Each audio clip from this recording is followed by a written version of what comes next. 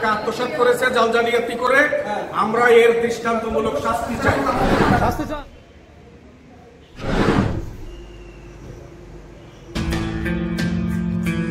খুলনার ফুলতলা উপজেলা পল্লী উন্নয়ন কর্মকর্তা নাদিয়া সুলতানার বিরুদ্ধে অর্থ আত্মসাতের অভিযোগ তুলেছেন খোদ তারই অফিসের কর্মরত কর্মচারীরা।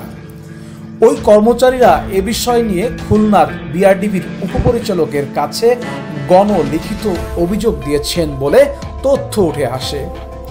লিখিত অভিযোগ সূত্রে জানা যায়, শতাধিক প্রকল্পের ম্যানেজারদের স্বাক্ষর জালিয়াতি করে ম্যানেজারদের প্রাপ্য কমিশন বাবদ মোট 1,16,095 টাকা নাদিয়া সুলতানা উত্তোলন করেছেন। বিষয়টি নিয়ে কয়েকজন ম্যানেজারদের সাথে কথা বললে তারা বলেন, ম্যানেজার কমিশনের টাকা আমাদের নামে এসেছে তা আমরা জানি না। এমনি কোনো কমিশন পাইছেন? কোনো টাকা পান নাই? তাহলে আপনাদের স্বাক্ষর জালিয়াতি করে যে টাকা উঠানো হচ্ছে এটা জানেন না?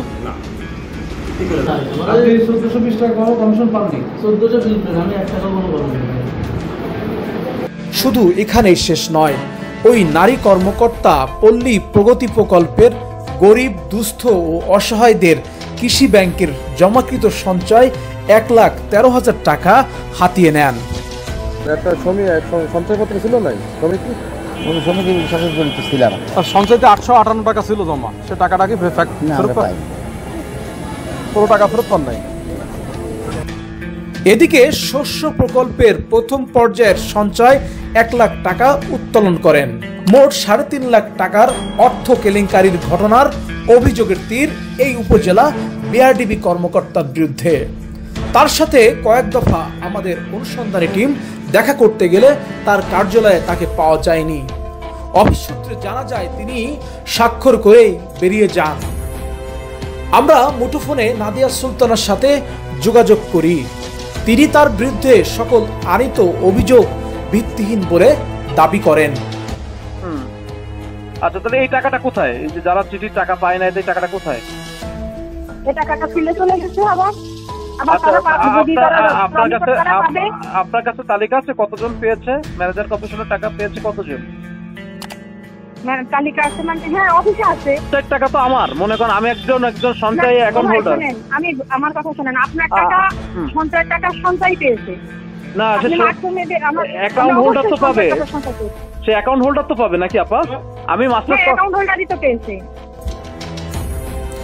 কথা হয় খুলনার বিআরডিবির উপপরিচালক নাসির উদ্দিনের সাথে।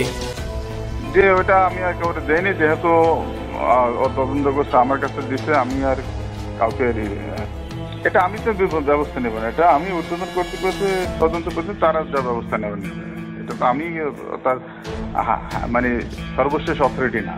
আমি জেলা অফিসার, তাকে নিয়ন্ত্রণের কর্মকর্তা জেলা, কিন্তু তার নিয়োগের অথরিটি আমার হেড অফিস ডিজি স্যার আছেন, আবার তারা নেবেন বিষয়টা কি করা যায় না করা যায়, তারা ব্যবস্থা। এদিকে যাদের টাকার হদিস এখনো মেলেনি, সেই সব ভুক্তভোগীরা বিআরডিবি ফুলতলা উপজেলার কার্যালয়ে প্রতিবাদ করতে ভিড় জমায়। ম্যানেজার কমিশনার এই পর্যন্ত কোনোদিন কোনো টাকা পাইনি, 15 দিন কোনো টাকা পাইনি, আর আমাদের জাল করে গেছে। এই ম্যানেজার কমিশনের টাকাটা আবার চালু হয়েছে, হওয়ার পরে আমরা এর আগে পরেও আমরা বলেছি এই আমাদের ম্যানেজার কমিশনের বিষয়টা নিয়ে, কিন্তু আমাদের উনি অস্বীকার করেছে যে আমাদের এই কমিশনের টাকা এখন দেয়া হয় না।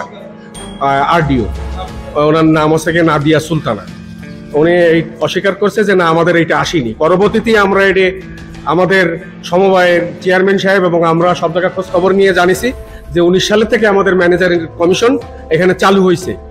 পরবর্তীতে এসে আমরা অফিসে এসে খোঁজ খবর নিয়ে দেখেছি যে এই ম্যানেজারের যত কাগজপত্র দরখাস্ত এবং আমাদের প্রত্যেক স্ব নামে প্রত্যেকটা সমিতির যেসব ম্যানেজার আছে তাদের দরখাস্ত, কাগজপত্র, সই, রেজুলেশন সবকিছু আপডেট করে, অর্থাৎ আমাদের সমস্ত সবার স্বাক্ষর জালিয়াতি করে এই টাকাটা দিয়েই বর্তমান আরডিও নাদিয়া সুলতানা আমাদের সমস্ত টাকা পয়সাগুলো উনি এই আত্মসাৎ করে উনি নিজেই টাকাগুলো নিয়ে নিছে।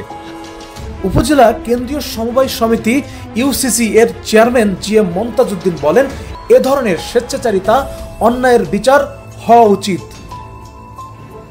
অন্যায়ের বিচার তো হওয়া উচিত, কারণ গরিব গরিব মানুষ তারা শতাধিক পল্লী পরিগতি এইসব ছোট ছোট কৃষক তার গিয়ে পয়সা ন্যায্য পয়সা মারিয়ে খাবে। একজন কর্মকর্তা হয়ে উচ্চ লেভেলের ব্যক্তি এই এটা তো আমাদের কাম্য না। দেশের ছাত্র জনতা স্বাধীন বাংলাদেশকে আবারও দ্বিতীয়বারের মতো স্বাধীন করেছে দুর্নীতি ও স্বেচ্ছাচারিতা বন্ধের জন্য। তারপরেও এ ধরনের কর্মকর্তাদের অন্যায় অনিয়মের কারণে বর্তমান অন্তর্বর্তীকালীন সরকারের ভালো কাজগুলো একসময় বিলীন হয়ে যাবে বলে মন্তব্য করেন সচেতন নাগরিক সমাজ। তাই নাদিয়া সুলতানের বিরুদ্ধে বিভাগীয় শাস্তির দাবিও জানিয়েছেন তারা। আল আমিন খানের ক্যামেরায় আবু হামজা বাঁধন, CIN TV 24, খুলনা।